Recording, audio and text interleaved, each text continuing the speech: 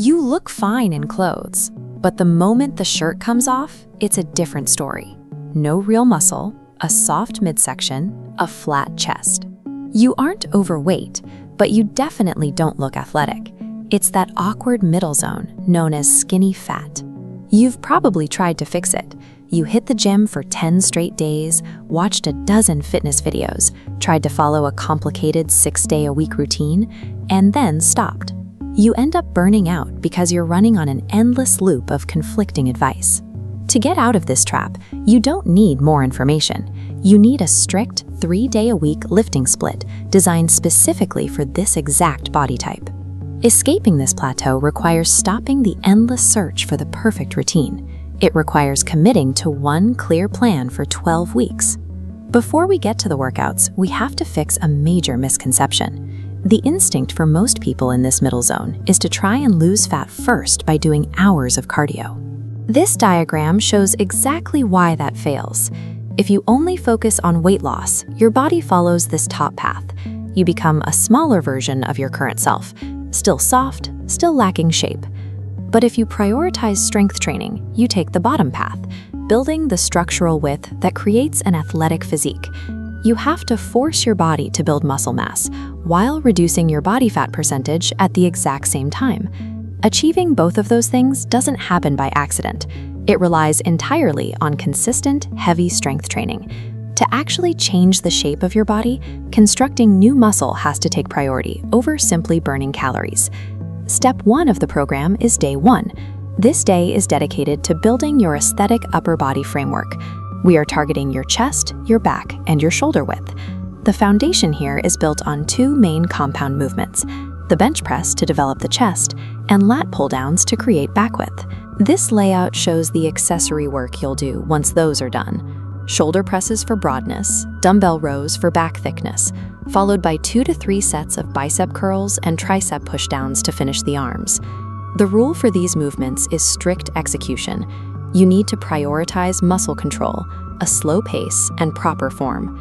Leave your ego at the door. Nobody cares how much weight you're swinging around. Day 1 targets the exact muscles that dictate how a t-shirt rests on your frame. It drives the most immediate, visible phase of your physical transformation. Now we reach the point where most beginners get lazy and skip the workout altogether: lower body training. Avoiding legs is a massive mistake. Leg days demand more energy, meaning they burn a higher caloric load, and they elevate your overall physical strength across the board.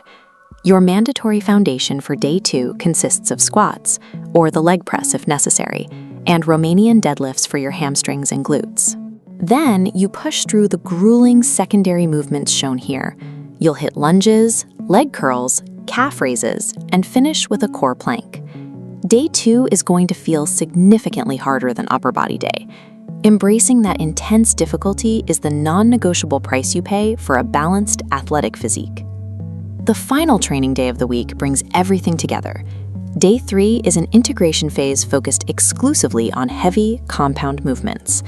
The centerpiece of this entire program is the deadlift.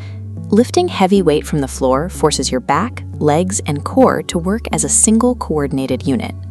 To complete the day, this list outlines the movements that tie the upper and lower body together. You'll perform incline dumbbell presses for the upper chest, pull-ups, dumbbell shoulder raises, and finish with farmer's walks.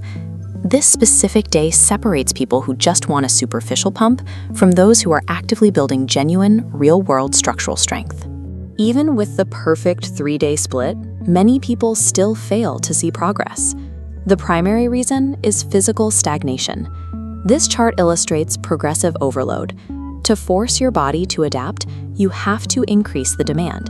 If you lift 50 pounds in week 1, you need to aim for 55 pounds in week 2 and 60 pounds in week 3. You must push for heavier weight or more reps every single week. You also need baseline nutritional guardrails. That means consuming adequate protein daily, like eggs, chicken, lentils, or paneer, and cutting out the daily junk food binges. Your diet does not need to be flawless. It just needs to be structured and controlled.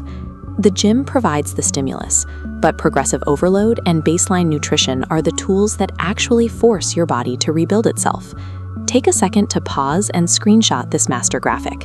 It has the complete 3A plan formatted to take directly to the gym. Now, let's set realistic expectations for this roadmap. By week 4, you will feel stronger. By week 8, you will start seeing physical changes in the mirror. And by week 12, other people will start to notice. There will be days when you feel tired and your motivation completely vanishes. That is when discipline has to take over. Show up anyway. Stop searching for the next fitness video. Take that screenshot to the gym today. Execute the plan without deviation for the next